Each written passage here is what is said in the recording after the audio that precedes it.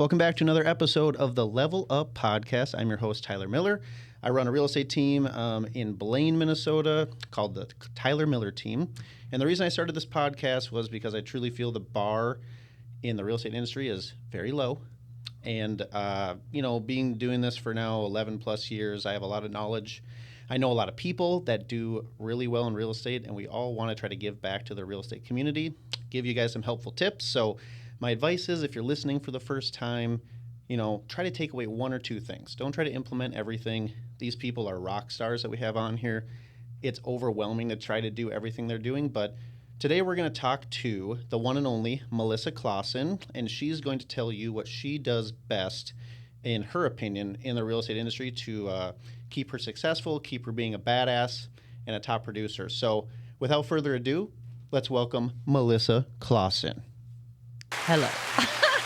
The people are going wild. There's just so many people here. So many people. Everybody calm down. Calm down. Okay. So Melissa, thanks for joining me today. So why don't you tell us a little bit about yourself really quick? Like, who you are as a person, first off, but then like a little bit about you in the industry, kind of where you've been, where you are now, your production levels, accolades, team leader, yes or no, stuff like that. Yeah. So I've been doing this for over 11 years now. I know, we're kind of like the same. Twins. Twinsies. When did you actually get in? What year and month? Do you remember? I was 23, so whatever year that was. But yesterday? It was yesterday. And it was in June. I know it was in June. June 2006, probably, right? Or no, sorry. That was when I got my license. June 2013? Yeah, probably? 2013. Yeah. Mm-hmm. Yeah, maybe even 2012. Because we're in 2012. Yeah, it's crazy. We're like the same. Mm-hmm. Huh. And we both started where? Edina Realty. Edina Realty. Mm-hmm. Mm-hmm. Twins. But you're north suburbs, I'm south. I know. So a little bit of rivalry there. She doesn't like us. You're fine. We're trash up here in the north. It's just so cold up north. Mm-hmm. So when I started my business, it did take me a while to get started. Mm-hmm. I did not have a successful first year. And if it wasn't for some of the heavy hitters in my office giving me the referrals and the leads that they didn't need or want.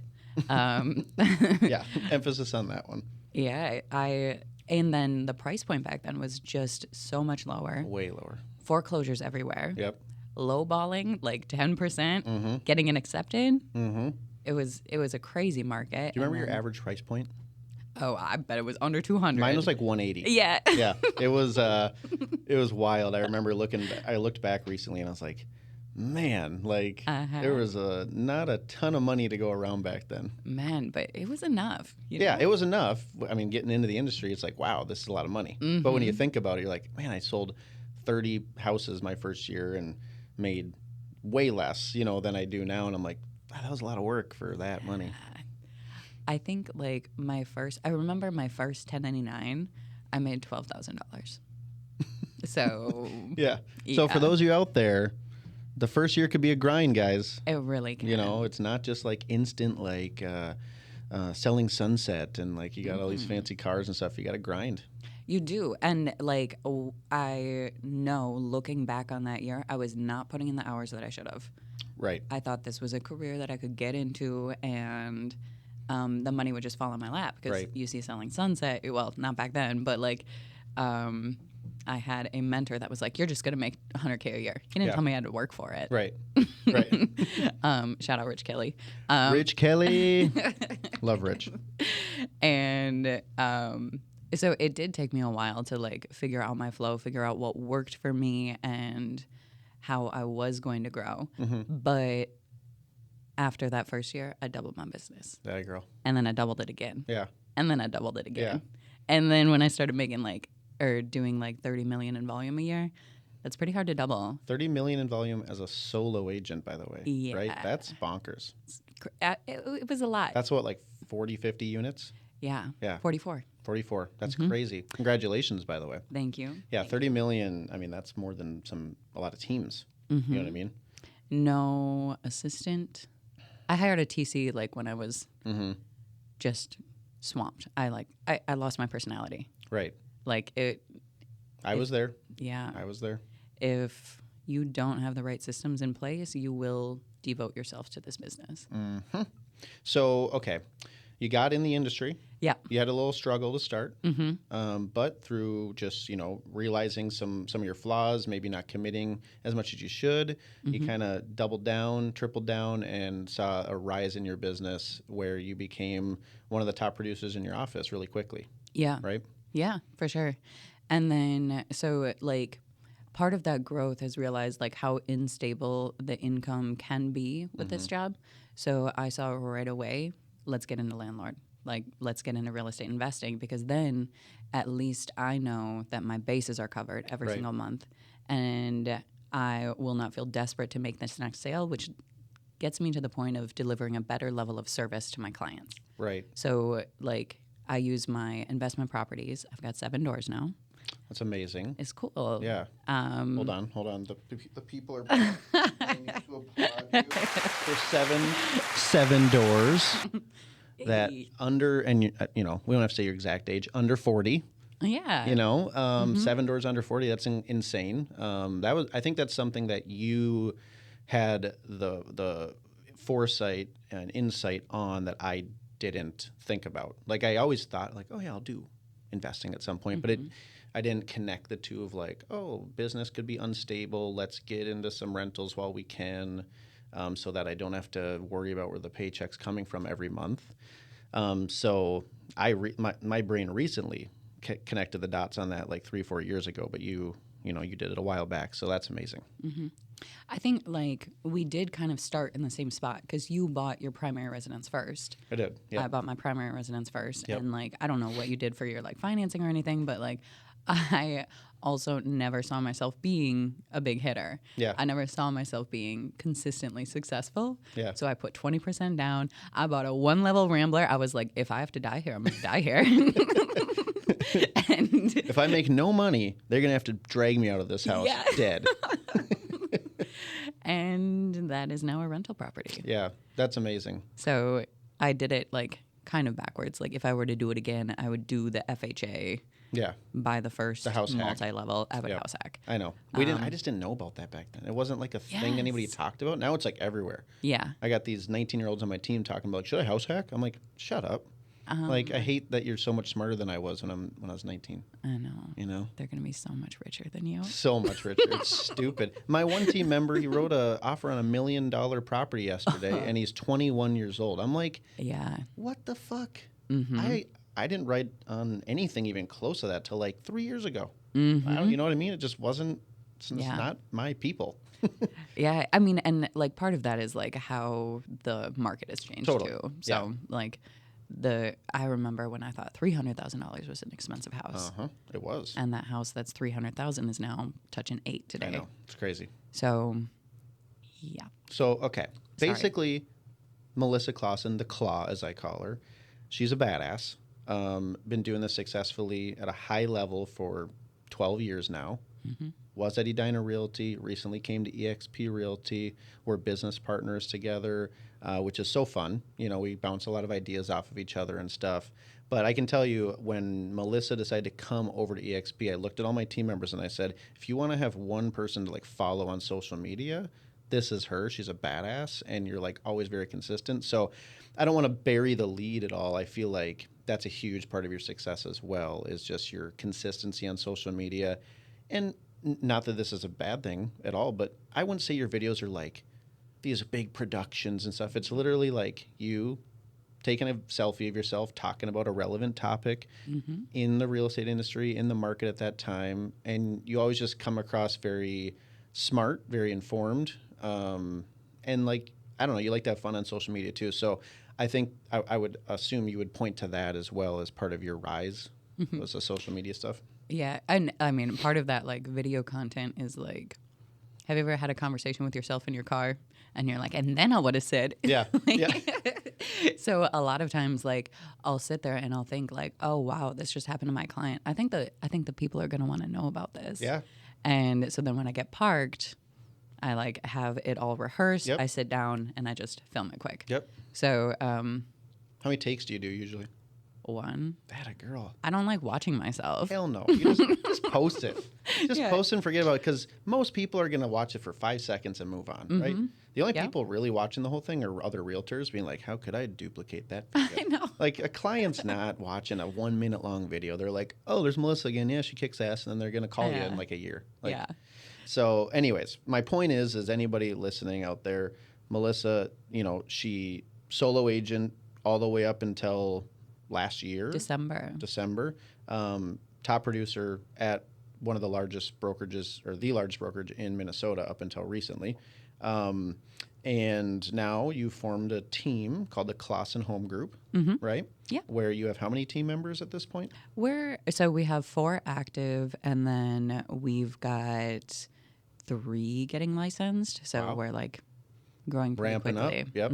And you recently actually purchased an office too on Grand. We did. And then you're using that for that plus other things, which is cool. Expanding into another office, and you got a lot going on, girl. So that's always a lot. That's good. That's good. On top of that, all the investment properties and all that stuff. So, but what I really wanted Melissa to come in here and talk about, to give back to everybody watching or listening, is, what is the one thing you think you do better than most that you can point to like either keeping your business consistent or maybe upping it to the next level. And the topic you want to talk about, I also feel is one thing I point to in my business when I look back of like when I started doing that, my business doubled. And so I asked Melissa, I said to her, hey, what's the one thing you want to talk about today to give back? And she said, what? Lender relationships. Lender relationships. Are you in a relationship with your lender? Multiple lenders. She's seeing a few on the side. But yeah, so like business partnerships in general, everybody, are so important, because at some point in time, you're like, you can only grind through so much yourself before it's like, hey, in order for me to get from like 30 to 50, like, you can't do it on your own. Honestly, you can't go find 50, in my opinion.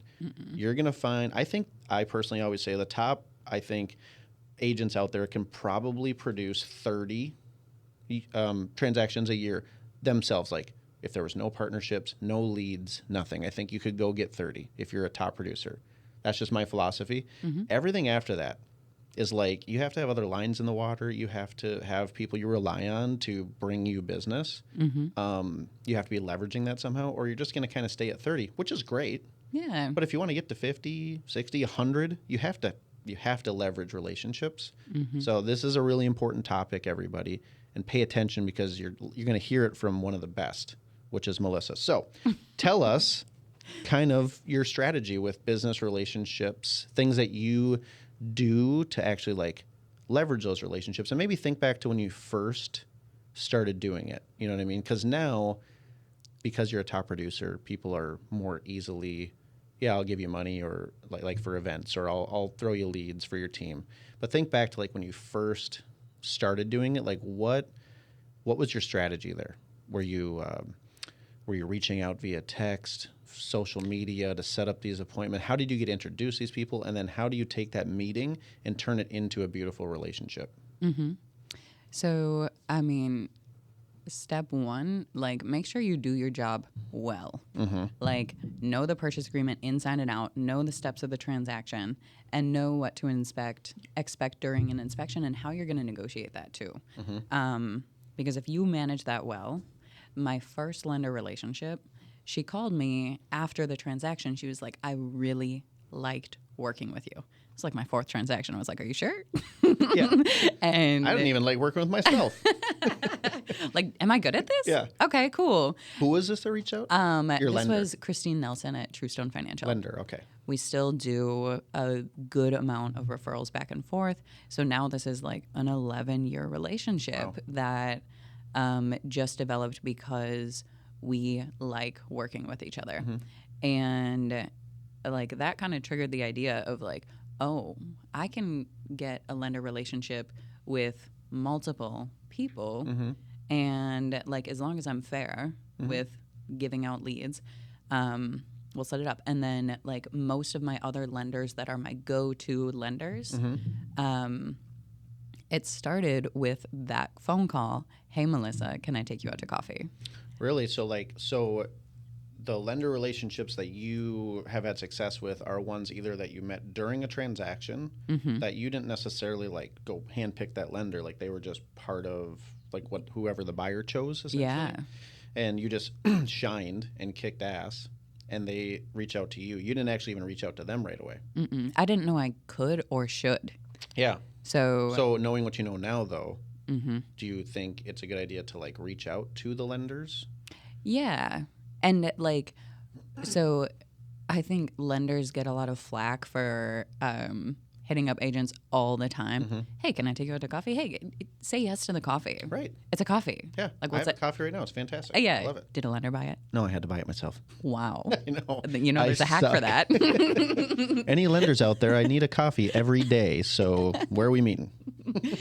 And like when I meet with a new potential lender, I'm like, I know, like, I'm not going to waste your time before this coffee. Like all of my lender relationships, it's a 1-for-1. Like you give me one, I give you one. And it might be 3 months before I'm able to give you another one, but you'll get it. I don't forget about you. Yeah.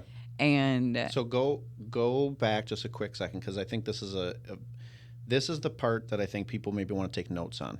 Okay. So you sit down, like you agree to meet with this person, whether you reach out to them or they reach out to you. You're going to grab a coffee, let's say, or a happy hour or whatever. Do you do anything with your messaging ahead of time to kind of set the tone of what you expect so you're not wasting your time and they're not wasting their time? Yes. Okay, so what's your tip there for people to like when you sit down with that person, it's an effective and an efficient meeting?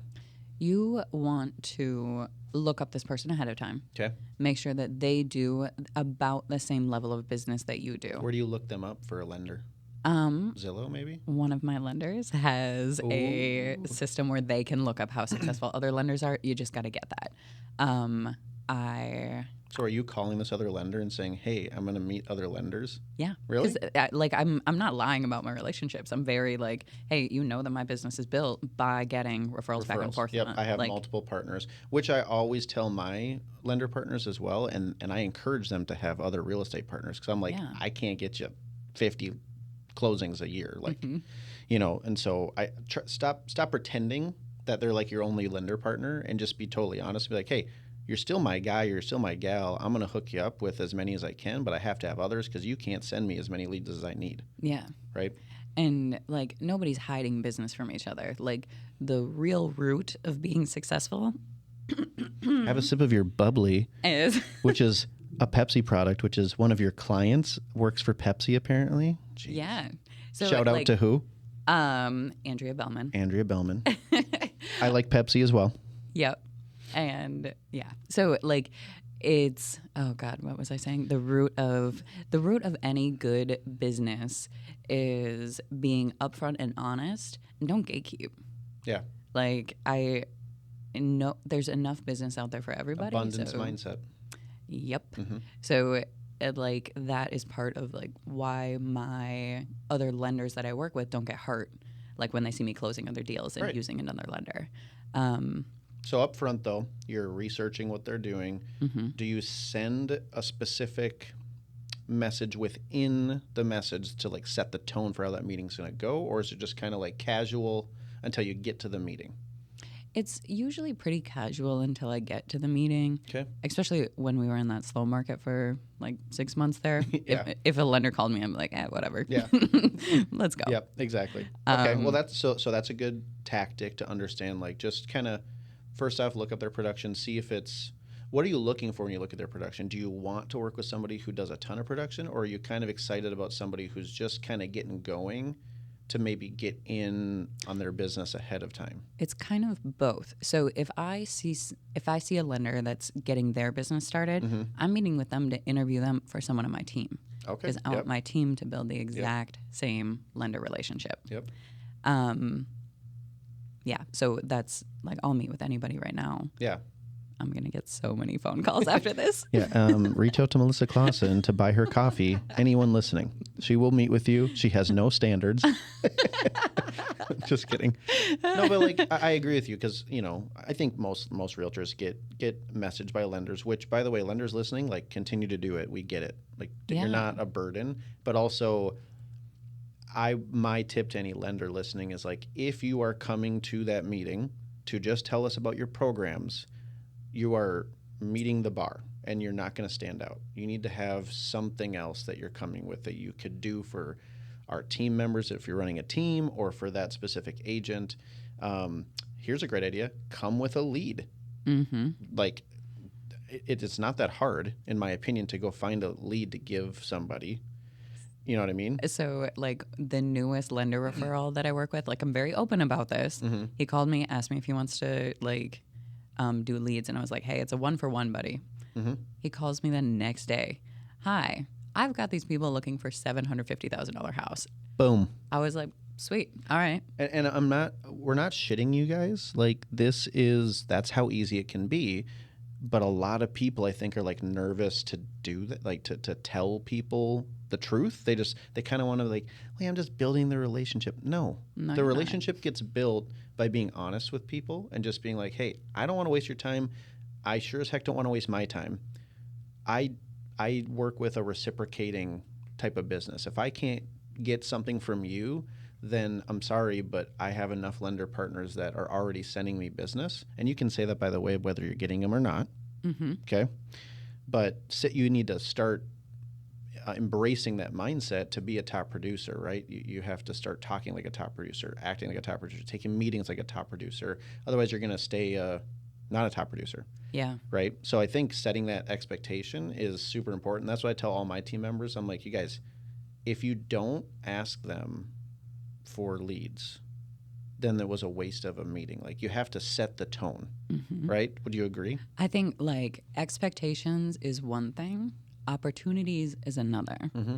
So when you're new, take all these lender meetings because they're going to tell you about different loan programs. Mm-hmm. And if you can sit there in an open house and someone's like, oh, I'm a teacher, so I don't really have down payment assistance. And you're like, I have this great lender program from my lender. It's a 0% down payments, no PMI and it's specifically for teachers. Is this something I can send you more information on? Like, I wouldn't know that if I wasn't meeting with these lenders consistently. You're right. I met with one the other day that told me that they can build a house for VA for 0% down. Mm-hmm. And I was like, what? Mm-hmm. So yeah. And I've been in the industry for a long time. And I'm like, how have I not heard about this? Yeah. So yeah, I mean, take the lender meeting, but just the meeting itself, you can't waste your time and you don't want to waste theirs. So like just get to the point. Don't beat around the bush, I guess, right? So let's fast forward to you're at the meeting. Yep. You're with a person you've never met before, or then maybe you saw them on social media. Mm-hmm. Pretend I'm the lender. Mm-hmm. Give me your go-to. Like how do you get something out of that meeting? How do you establish your expectations to them? Like walk me through it. I'm a lender. I just told you about some awesome programs. Mm-hmm. Now what? So like as agents, we're anamorphs. Like we can turn into whatever we want for whatever clients. Yep. Chameleons, actors. And like I'm a different person for every single one of my clients because I match them. Yeah. So that means I need a different lender for every different type of client that I work with. Yeah. And so if you're across the table from like a super awesome, cool, fun lender like myself. Yeah. They're going to work with my friends. Yeah, there we go. But yeah, so I have lenders that work at credit unions, and there's a specific kind of person that really likes working with credit unions. Absolutely. And you ask the client what they're looking for, but okay. So you try to match with the lender, like what kind of business do you do? What can I provide for you? And then when hold on, stop. Okay. Because what you just said there is so important. I say it to my team members all the time. What can I do for your business? That's so funny, and I just breezed right over it. You breezed. I think that's seriously like the best question you can ask because, one, I think you genuinely mean it. Like, hey, I do want to know. And by the way, if you don't mean this question, like just you're not going to be able to have relationships, like get out of the industry. You have to actually want to help other people. But it is a leading question, right? that hopefully in turn will come back to you. So if you ask me that question, I'll be like, blah, blah, blah, blah, blah. And then like, and Melissa, what are you looking for? Right? And then there's your opening, in my opinion. So I don't know if that's what you were going to. Yeah. Yeah. I've like never thought of it as like, I'm looking for something too. I know, because you're so genuine. Me, I'm just this terrible person that's only selfish and no. Scratch my back. Yeah. Yeah. So I'm asking you a question so I can talk. Hurry up, answer it. Next. Yeah. Anyways, I don't care. Oh, what you can do for my business is 100 leads. Thanks. Thank you. Check, please. Yeah. You got the coffee, right? Okay, I'm the home. I do love coffee though. Oh my God. I do. Right now I'm just shaking from all the coffee I've had, but I'm going to have more. It's good for you. Mm-hmm. So like you figure out how can I help your business? What kind of business do you want to grow? Great. You want to target like military personnel. Great. Got it. Whenever I meet a military professional, I'll be like, hey, here you go. And there are just so many ways that you can build that relationship too. So like specifically, so let's say I meet with a lender who specifically wants to do VA loans. Cool. I've done VA loans in the past. I call the past VA loans because they're still working with veterans on a regular basis. Hey, we've got this really cool program. Let me know if you want to sell your house, first of all. Second of all, tell your buddies about it. This is a great program. Like, think of your friends that you know that should be buying a house and are just still renting. So are you actually calling these people? Yeah. Your past clients? Because they're my friends. Okay. I mean, that's amazing. But I think that's also a really cool point to this is you're not only leveraging a relationship, but you're giving yourself a reason to reach back out to add value to your past clients, which is like, that's the top producer shit. That's the next level stuff that people don't get. They're like, well, I'm just doing a lender meeting to get a lead. It's like, yeah, but how much more could you get out of that if you try to get something for your past clients or your current buyers or something to put on social media or whatever, right? Everything is providing a service. Yeah. There's always value to get, whether that lender has a lead for you that day or not, which, by the way, most times they don't, right? That's just not a super common thing. But, okay, so you tell or you ask them about their business. They tell you about stuff. You get some little nuggets to give back to your past clients. But you do hit them with the, hey, it's a one-to-one type of thing. Is your policy that I'm not sending them a lead until they send me one, usually? Or do you give them a shot? It depends. So one of the newer lenders that I'm working with, she said, how about I put $1,000 a month into a Realtor.com account and you are the exclusive realtor that has access to that. I'm like, sweet. Nice. I will do that. Yeah. And then But how did you get her to do that? We had other business relationships. So we were talking about, we met through Egan City Lifestyle. What's that? That it's the magazine that I'm in. Okay. So like whenever you're in like a networking group like that, the root of the magazine is business networking. Okay. So she runs another business within that. I was like, I'm curious about that business. Let's meet up. Hey, by the way, I'm a lender. I was like, what? Yeah. So that's how that relationship started. And then she was doing the Realtor.com leads. I was doing the follow-up, giving those leads to my team. And then her and I work other leads that I give her. Yep. So, yeah. That's amazing. Yeah. So it's like there's so many different ways that you can take these lender relationships and there's so many different services you can provide, and lenders are smart. Good lenders will teach you so much about the business. Right. And yeah, I just think everybody has something to teach you. Like if you're still listening to this podcast, I hope you got at least one nugget. There's already been like 5 or 6 that they should have written down for sure. Okay, and is there any other tip or little, I don't want to say trick, but like tactic that you think is important either in the meeting, maybe after the meeting for follow-up stuff? Like they'll follow up with you. Well, and honestly, I'll say if they don't, not really the best person to do business with. Yeah. Right? And I tell lenders this all the time. And they think I'm probably bullshitting, but I'll be like, hey, like I don't I personally don't work with as many buyers as I used to, so I just don't get as many. A lot of my team members take some of those, but here's what I'll say: if all I'm asking you to do as a lender, follow up with me once a week, forever.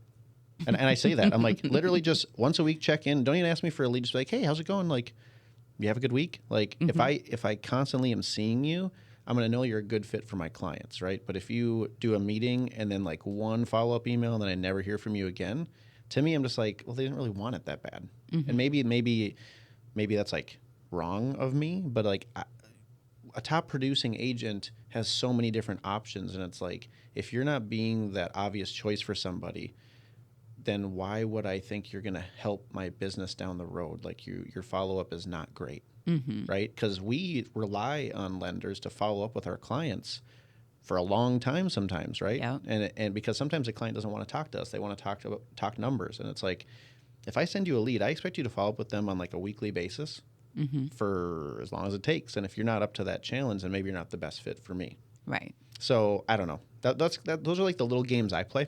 And it's not like to be mean. It's like a test, kind of. You know what I mean? Like, follow up with me. Yep. If you do, you're going to get my business for sure, because that means something to me. Yeah. So I don't know if you have anything you do, like something like that. I like when they're annoying. Yeah, they have to be, right? It's not annoying. It's like, I want your business. I'm hungry. That's the people we want to work with. Yep. The ones that are like, hey, we're doing an open house this weekend. Can you do it? Yes. I have got lenders consistently in my DMs, and sometimes I don't respond. But it's not because I'm bad at follow-up. It's because I'm out here getting your leads. Yeah. And it's like, I know when I reach out to you, you're going to pop. Yeah. And seeing your name across my phone all the time, I'll be like, oh, yeah, you. Okay, cool. Noted. And like, yeah, I think also phase 2, you see all of my restaurant posts. A lot of those are with lenders. A lot of those are with my team. A lot of those are with past clients. Yep. And posting, like, sure, you can talk once a week on the phone. You can do a text. If I take you out to a nice restaurant, if we go out and we get happy hour, I'm going to remember that for 6 months. Totally. Like, it's way easier. It's less time. It's more friendly. It fits more in line with my business. So, yeah. And also, I would just probably say that if people are sliding in your DMs, some of the reason you're not responding is because, correct me if I'm wrong, I believe you're single. So there's lots of people sliding in their DMs, okay, people? So, like, sometimes it's business, sometimes it's not. And Move to the restricted folder. yeah. So, like, when you open up your DMs and there's 1,000 messages because it's a single top producing agent, Melissa Clawson, sometimes you get passed up, and that's okay.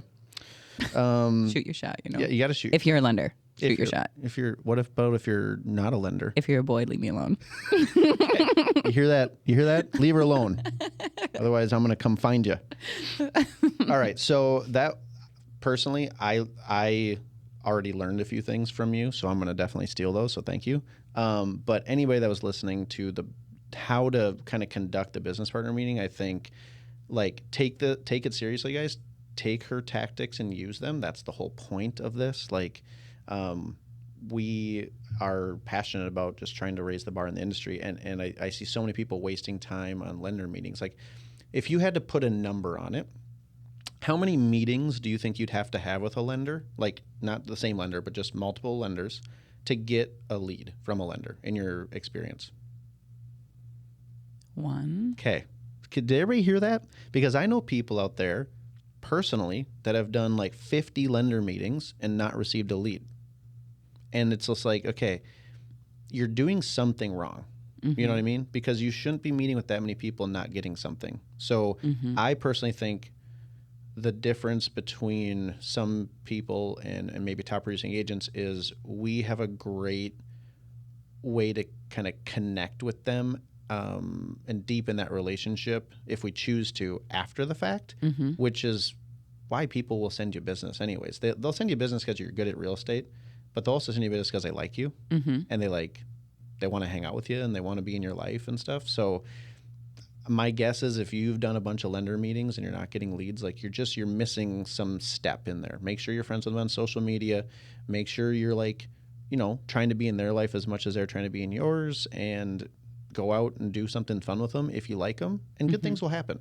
But if you just do one meeting and that's it, like you're just wasting time. I would have much rather seen you sending like 50 messages to your sphere that day than sitting down with a lender for an hour and then you have no plans to follow up with them or do anything with it. They're in it for the coffee. Right. They're only wanted the coffee. Just really need some caffeine today. I think I've got a really cool lender story for how I met one of my other lender partners. So he called me ahead of time, saw that I was holding an open house at his neighbor's house. So he's already connected in the neighborhood. Yeah. He's looking around where he lives, and he's like, hey, can I come to your open house and like have a gift box and I'll hand out water bottles and snacks? Yes. Absolutely. Come. Yeah. For sure. And so now we're sitting there for a 2-hour open house. And we're best friends at the end of it. Yep. Because a client came in and they were like, I really, really like this house. And he goes, but let me tell you about the area, because he lives there. Yeah. He sold that house for me. When is the last time you sold a house out of an open house? It doesn't happen that often, Yeah. It's been a while. It's pretty rare. Yeah. So he came in and he gave them all of the financial information that they needed, told them everything about the neighborhood because he knew it. I told them what I knew about the house because I was the listing agent. Yep. And we closed on that deal in 30 days. Yeah. So that's a lender partner for life. That is a lender partner for life. We had not worked together before. Yeah. And then what he did to establish a relationship after, he called me, hey, can we film some social media posts together? So we did, it was kind of like this. Yeah. And he took on the responsibility of editing it and posting it and added me as a collaborator. Yeah. The easiest social media I've ever done. Right. And that's so impactful. So again, if you're a lender out there and you don't have leads to give, listen to what Melissa just said.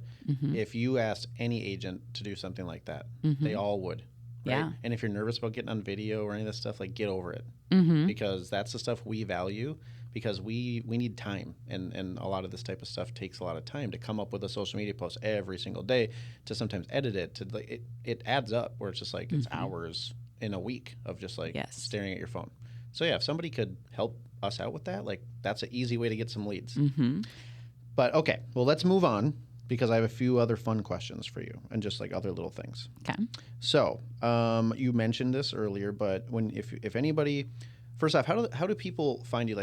Is it Melissa Clawson on social media, or what is it that you would prefer they go to? It's Melissa Clawson Realtors, my personal, but support the team. Yeah. Clawson Home Group. Clawson Home Group. Yeah. It's a sweet orange logo. Can't miss it. And which is why there's orange light behind her, by the way, in case you guys didn't pick up on that. Very who moody. are watching. Yeah. Very moody. But so if you happen to go on any of your social medias, and you're big on Instagram, right? Yeah. You'll probably notice that Melissa spotlights some businesses, some restaurants and stuff like that. So briefly, what's the reasoning behind that? Tell us just a little bit about that. So, the cliche word for that is your network is your net worth. I am lucky to be surrounded with so many good, successful business owners. And I think of Brooks and Thomas Junk Removal. The head of that, she's been my friend forever. Was she the one that was at the she was at Realtor Prom, and she sponsored it. Yeah. And every time one of my clients is like, hey, I got a demolition project, I'm like, oh, I got the perfect person for you. So okay, let's back it up and look at a whole summary of, I feel like Realtor Prom was an iconic view of how I run a lot of my business. And for those that don't know what Realtor Prom is, really quick, just break down the concept. 10-second, what is it? We did it as a benefit for Habitat for Humanity, but there's so many times where nobody has the opportunity to dress up anymore. And I like dressing up. I do. I grew up a tomboy, hand-me-down cargo shorts. Yeah. And if I can wear a glittery dress, I'm gonna. Yeah. So we planned this whole fundraiser for Habitat for Humanity Twin Cities. And the reason we pulled it off is we had my referral partners, my business partners support us. Yep. So we had my insurance agent, Tiara Quinn, and we had Aaron Melby with Edge Home Finance, who also owns Hackmore Brewing. So he dropped off the keg. Yep. And Marigold Home Inspections. Yeah. Like, we can't say enough good things about them. No, they're amazing. I had Ron on my podcast already too. Yeah, he's great. Renovo Capital, they're a hard money lender. I work with a lot of investors, so it's nice to have that. Roxy Reynolds is a great short-term rental. So, like, if my clients are ever homeless for a week or so, which happens sometimes, it's nice to have a luxury. They are so good. Yeah. Like, they've always got fully stocked fridges, and like, they are just hospitality to a T. Yeah. It's nice to have that in the referral network. Stainless Photography. He is always awesome. great. I still have to post those photos. He sent me the link. Yeah. They're awesome. Yeah. I think we all have to post those photos. I was looking so dorky in all of them, but had a very pretty glittery dress on. There you go. Doesn't matter. we're both kind of dorky. That's the fun part. Pretty dorky. But so like a lot of the business partners that I work with, I make sure to support them in as many capacities as I possibly can. And I think like my clients see that, my colleagues see that, my friends see that. And the more that you support other people and you're genuinely supplying, how can I make your life better? That comes back to you. It does. That's one huge lesson that I've learned in this industry. It's like just give.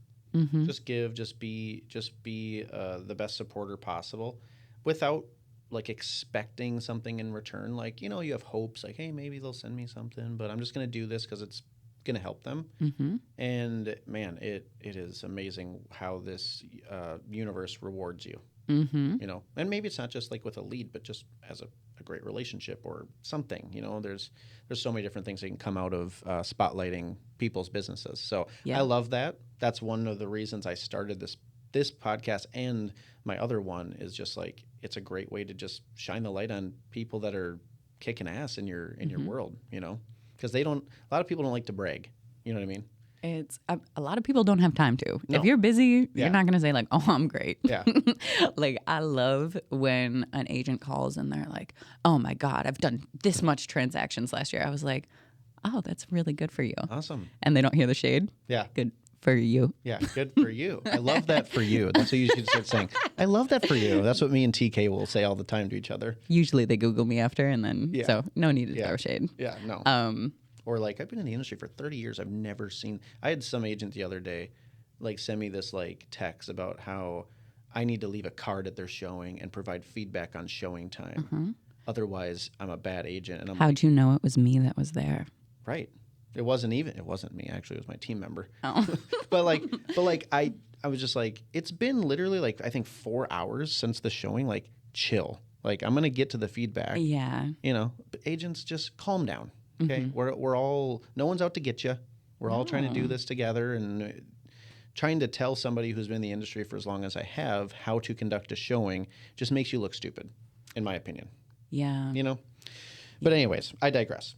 So I want to know, what is a hack or routine or habit in your personal life that you value most that has maybe significantly improved your life? Like, so personal life. What's something you've applied to it that you could share with everyone else? Like, for me, an example is I take a day off on Wednesdays. That's a huge hack for me. I need that. For you, what would you point to in your life that is important for you? One, treat yourself. Like, treat yourself. Like, look at my foodie post. Like, I go out and like it'll be a bunch of friends and like we're having a good time and we get the appetizers, we get the main course, we get a salad, we get a dessert, we get cocktail pairings. Yeah. Like, and so yes, that is expensive, but also I bring a take-home box. That expensive meal is gonna last me a couple more times. Yeah. And anyway, but it's funny. We got sushi last night with one of my team members. We ordered a 7-roll sushi boat. Yes. I'm like, this is over the top, but you will explode if you finish when that. in Rome, and we literally left like 2 pieces. Oh, good job. It was insane. My one team member can pound some sushi, I'll tell you that. There you go. Clean But Plate like, Club. but it was cool. It was a fun like experience, and we got like sake and like just things that normally we wouldn't probably get. And yeah, it's I think those are the things you'll remember when you think back. Oh, what was this past year like? And then it's like, oh, we had that really cool dinner. And like life is about experiences. You're not going to take any of that money with you when you die, guys. So like, be responsible and have some fun. Yeah. I mean, those. make sure your bills are paid. Like, don't skip on rent. Don't have sushi instead of paying your mortgage. But so treat yourself. Treat yourself, because like you are the person that needs to function in this world. Yeah. So make sure that you are cared for. Yep. And that is how I experience self-care. But like, however you do it, whatever makes you feel better after, do that. 2, like, I feel like everyone says theory of abundance, theory of abundance, theory of abundance. And I developed that before I even heard of that, before I was in the industry. Like, I used to be broke. Like, rent on a credit card, broke. And it was okay. Like, it was okay.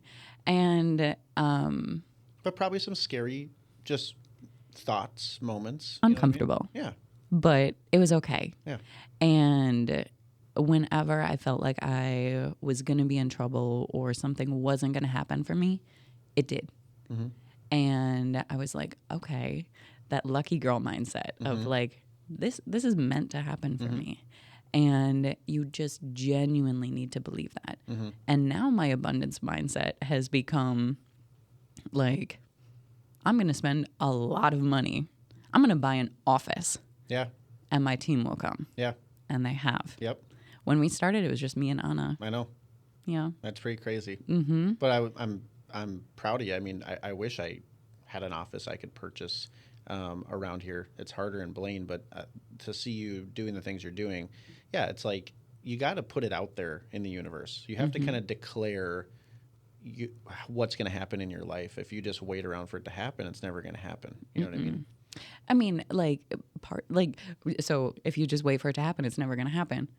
I've never seeked out agents to hire for me. Yeah. They've always reached out to me. Hi, Melissa, are you hiring? Yeah. Yeah. So, and I don't know if that is that lucky girl mindset. I don't know what that is. I don't know what that inspires, but I feel like the root of it is abundance mindset. Everything's going to be okay. People will want to join you. Yeah. They love your energy. Yeah. Right? That they can, it radiates through your social media stuff, all that, everything you do. It's like, oh, she's super confident. She's got it going on, even though we all know there's times where we both are like, what the F are we doing? There's a lot of times you'll see me with a messy bun, leggings, and no makeup. Right. Me too, by the way. I have sweet leggings and a messy bun. No, thank you, Fabletics. Yeah. But I think there is something to the abundance mindset. And no matter what ends up happening, at least in my life and in real estate, I've always been kind of rewarded by, I tell my team this all the time. I'm like, okay, so let's say you go door knock, right? You go door knock with an abundance mindset. There's business out there that I need to go get, and I can help somebody today. And you go door knock, right? You knock on 50 doors. Literally no one is in the market to buy or sell, right? But what ends up happening is a week later you get a lead from your sphere. Yeah. And it's just it's because you declared to the universe that you're going to win.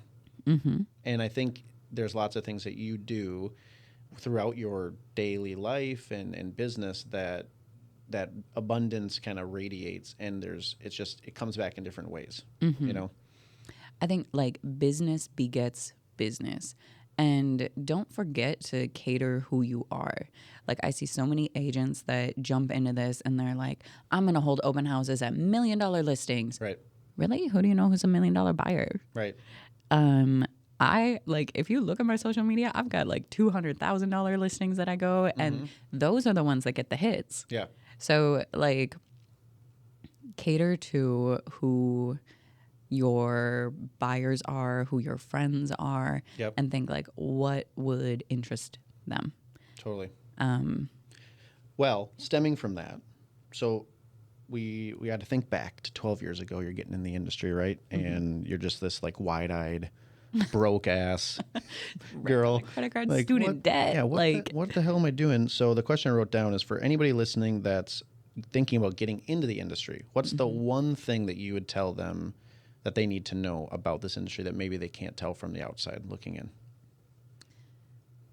there are so many things that you do behind the scenes that are going to make you a better agent. You going to these networking events. You go there, sure, to meet more agents. The more agent friends you have, the more likely you are to get deals done. But every single networking event that you go to, you should pick out one little item. Yep.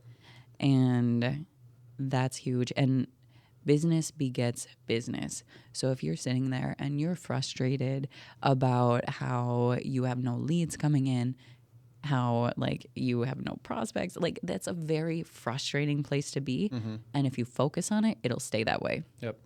So if you go and you think, you know what, my goal this weekend is to go to an open house and I'm going to take a lot of really pretty pictures and I'm going to post them. Yep. Great. That's it. Business will come to you. Yep. Someone is going to come into that open house. Make sure you work on your scripts. And It's like you need a script battle or something that maybe we have for objection handling. It's next Tuesday. It is. Well, whoever's listening to this, it may not be the next Tuesday. We do a lot of script battles. Because it could be like a year from now somebody's listening to this. So don't show up next Tuesday, but hit us up.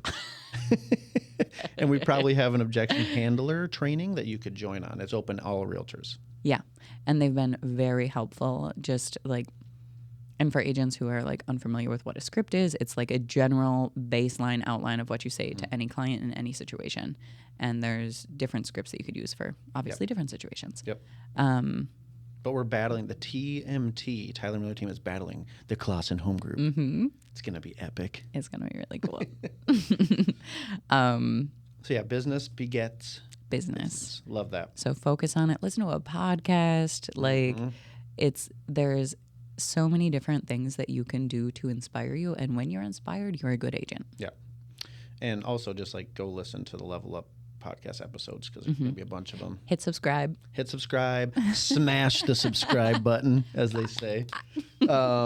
Okay, so now I have a fun, quick, like lightning round. We're going to play a little game of overrated or underrated. So like, obviously, hit me with the overrated, underrated, and then maybe like a really quick explanation as to why if you want. Or you could just be overrated, underrated. But these are all real estate specific type of things, most of them. So this is in Melissa Clawson's perspective, if these things are important or not for the industry or for your business. So start with the first one. Investment properties, overrated or underrated? Underrated.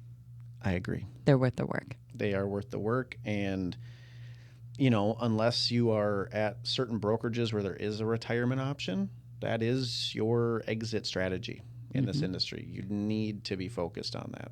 And wouldn't it be nice to retire rich, even if you have a retirement plan? I know, right? Be great. Listing presentations. 100% underrated. Underrated. All right. I wasn't sure we were going to go with that. Yeah. I mean, I agree. I agree. I always have a listing presentation ready. I've realized as you do this, longer and longer, your listing presentation is kind of your social media presence in a way. A lot of people are like, yeah, we know what you do. You're good. But early on, like having one of those is so important, I think. I think like the counter side to like new agents and having a listing presentation, it gives you something to say when you have nothing. So that's huge. Like now I'm at a point where I'll email my listing presentation ahead of time and then I show up and I'm like, let me know the price, or let's look at the house and then I'll let you know a price and then we're good to go. Yeah. But for a new agent, you want to sit down, you want to go over that bit by bit by bit by bit until whenever you're blindsided by a question, you have an answer for it. Yep. It brings out objections, which is what you want. You want to bring them to the surface. Yep. You know? Okay, so sunset photos for your listings. I guess overrated. Okay. They're like don't pay for them. My photographer throws them in for free. Yeah. But or you can use Box Brownie for like $5 and you can put a sunset filter on them. Cool. Because a lot of photographers charge like more to go out there at sunset. You know what I mean? They are very pretty. They have the wow, but photos don't sell houses. Houses do. There you go. I like it. Working in the office or at home? Which one would you pick? It's not overrated or underrated. Sorry, pick one. In the office. In the office? I agree. In the office is just a mindset thing, right? It's like, I'm here to grind. I've never hit the flow in my house. It's pretty hard. Mm-hmm. Real estate conferences, panels. No answer. She's indifferent. Depends. Now, if I'm talking at one, totally underrated. Right? But if it's anyone else, they're overrated. There's a point in your business where it takes away from what you're doing. Agreed 100%. Yeah. And honestly, like you could literally get lost in real estate conferences and panels. Like at some point you just got to be like, okay, I got enough information at this point. I'm just going to go do some shit. Yeah. Right? Don't get wrapped up in training. Do the work. Yep. Just like take one thing. One thing. And just do it better than everybody else. Yep. Right? Buyer consultations. Every time. Yeah. Very, very underrated. Like Very.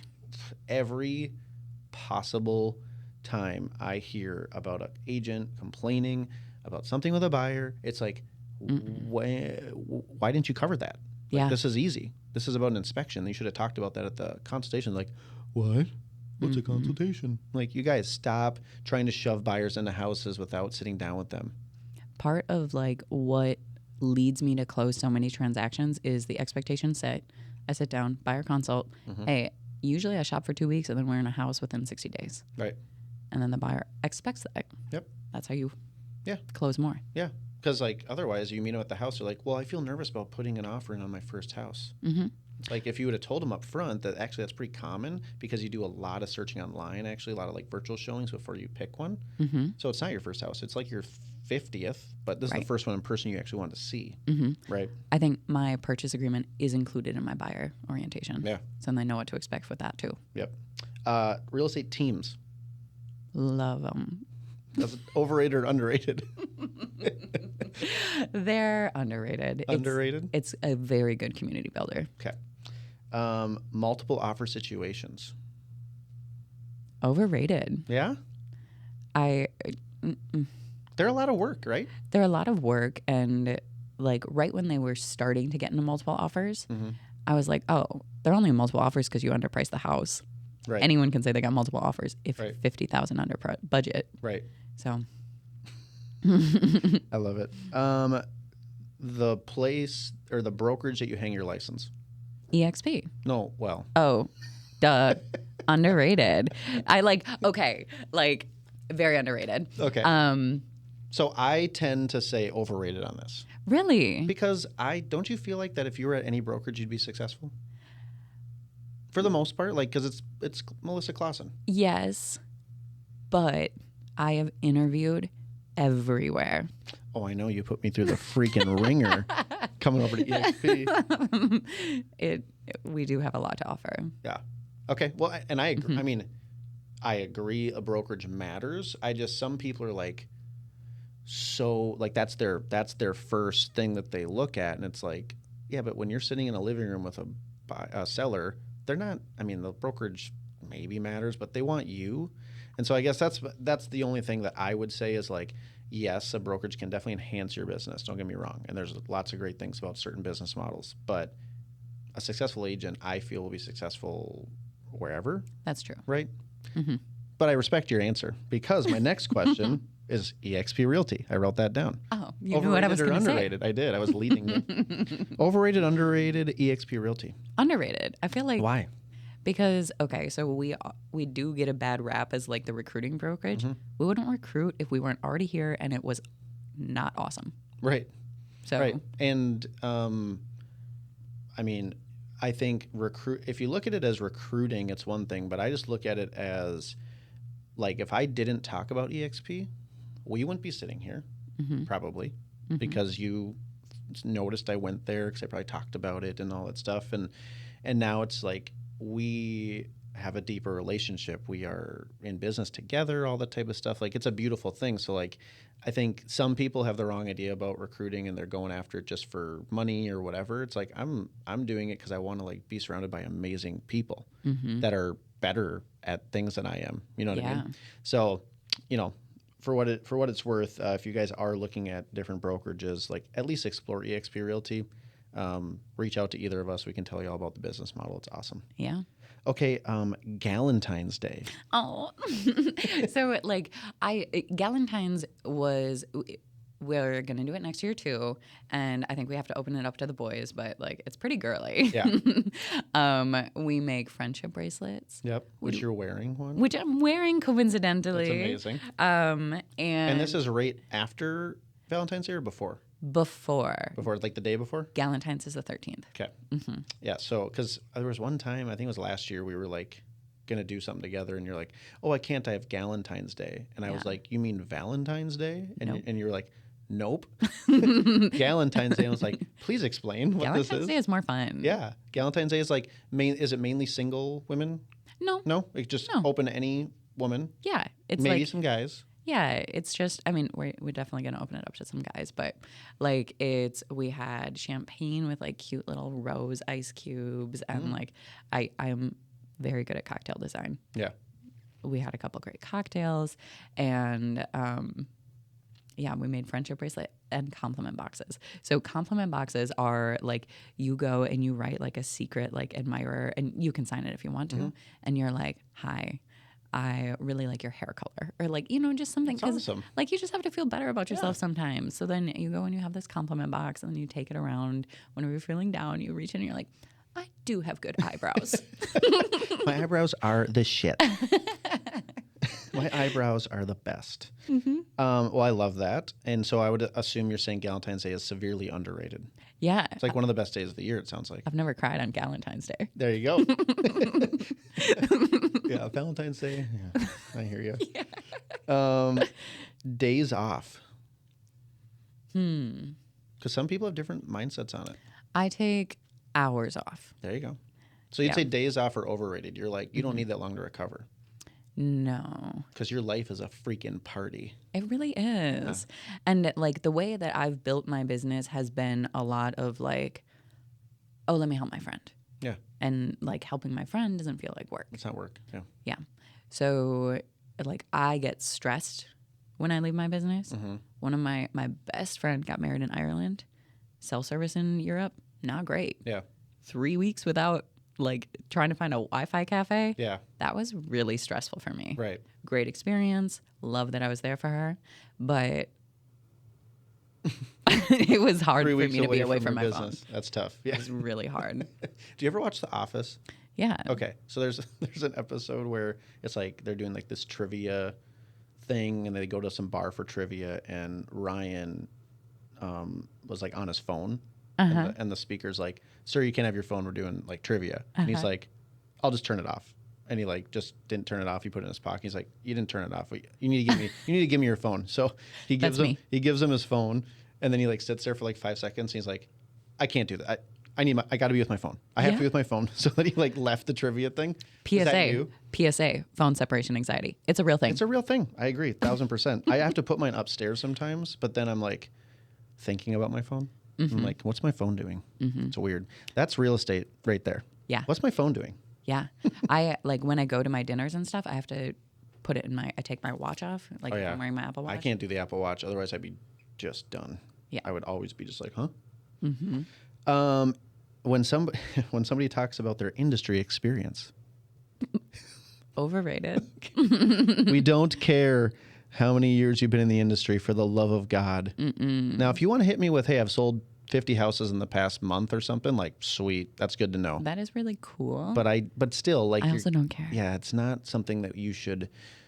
Let's solve the problem together, whether you're really good at this job or not. I don't care. Let's just get on the same team. Let's be good at this transaction, okay? Yeah. A good assistant. Oh, underrated. Oh, my God. Like the greatest thing ever is a good assistant. Do not be a cheap ass, people. If you are stressed, just get an assistant. And there's multiple different models nowadays. When I first started, there really wasn't virtual assistants and stuff. So you don't have to spend $50, $60K on an assistant. You can go get a virtual assistant for $10,000 a year full time. And that person just right there could like take care of your emails or something. Like, so nice. You know what I mean? Yes. Just stop being cheap, guys. Like your time is worth way more than staying up till 3 a.m. doing emails. Yeah. Business cards. Underrated. Wait, overrated. Overrated. I agree. There's something to leave in an open house. Like Ask me for a business card. Oh, you don't have any? No, just be like, Do hey, you have Tyler. a business card?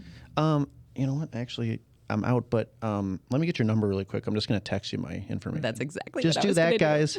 Just do that. Don't give them a business card. You need to get their information. Yeah. Do not give one's them gonna call you. yours. Okay? And if they don't want to give you their number, then they're not going to work with you anyways. Social media use. Underrated. Yeah. Probably the number one thing that you should be doing, right? This goes along with it, but videos. Underrated. Yeah. Also, if you're uncomfortable doing videos, just do one. Just do one. It's not so bad. Just do. I did a spoke on stage at Edina Realty back in the day at Tech Camp. Me too. Yeah. So that was terrifying, but it was also cool. But my one message that I had for people, it was like about video. And I was just like, hey, raise your hand if you were ashamed to leave your house this morning. And like nobody raised their hand. I was like, They okay. would never admit it. I was like, okay. And raise your hand if you are ashamed of how you look or sound on video. And like more than half the room raised their hand. I'm like, okay, I'm just going to clue you in, guys. You look the same on video as you do right now in this room, and you all look beautiful. Oh, look at you. So just do it. Yeah, a little just Mr. do it. Congeniality there. Just do it. Internet leads. Overrated. I have to say overrated. Yeah. I'll do them, but But you see people literally leave teams, leave brokerages, do all this stuff for an opportunity at internet leads. And it's like, you guys, you're missing the boat completely. Go to a place where you have a mentor that can show you how to run a sustainable business to leverage your personal business. If you're just going somewhere for internet leads, I mean, I get it. We all need money. But like that's chasing something that's not ever going to internet pay you leads back. are busy work. It's frustrating. It's not the fun part of the job. It's the worst part of the job, in my opinion, because these people like don't care. They literally clicked a button to be connected to any person in the world that has a license. Like that's not. I don't know.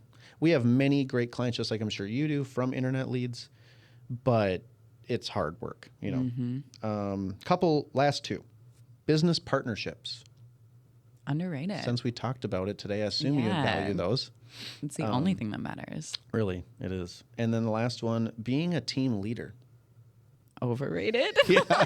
Hell yeah, girl. I do love my team. Oh yeah, we love these people, but it's not the glamorous, just raining money on us like job that I think a lot of people on the outside looking in think. They're like, wow, they run a team. They must have 20 houses.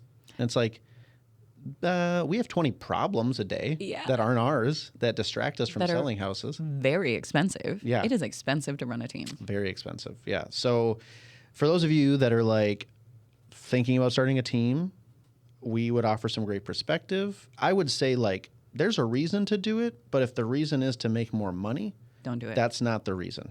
Okay? That's definitely not the reason. Never the reason to do anything. No, but especially like I talk to so many agents and I'm like, well, what's next? You know, they sell like 50 houses a year. What's next for you? We'll probably start a team. You know, want to make more money. I'm like, oh my God, no, that's not going to make you more money. There is a way to do it to make more money, but just start with an assistant. Yeah, there's a way to do it. But I think my advice would be if you're not going to blow it up big, it's not going to, and especially if you're not at the right brokerage, in my opinion, it's not going to reward you like you think. It's going to cause a lot more time suck things for you where you're going to be distracted from your own business. So, but anyways, that's all I have. So thank you for joining the Level Up podcast. I think anybody listening should have gotten something from that. So I think they're all going to level up. They all are going to level up their business. I love that. But yeah, so anybody that's listening, I hope you got something out of this. I hope that, you know that you can reach out to me or Melissa anytime to help you with your business. Slide into her DMs. She might get back to you. Probably. If you're a boy, leave her alone. You can message me and I'll take care of you. He's my security. Yeah, I'm her security. But yeah, like just really appreciate everybody listening and or watching. Stay tuned. We have many more episodes coming and hope to continue delivering value to everyone. But with that, I hope everybody has a wonderful day and we'll see you in the next episode. See ya. Bye.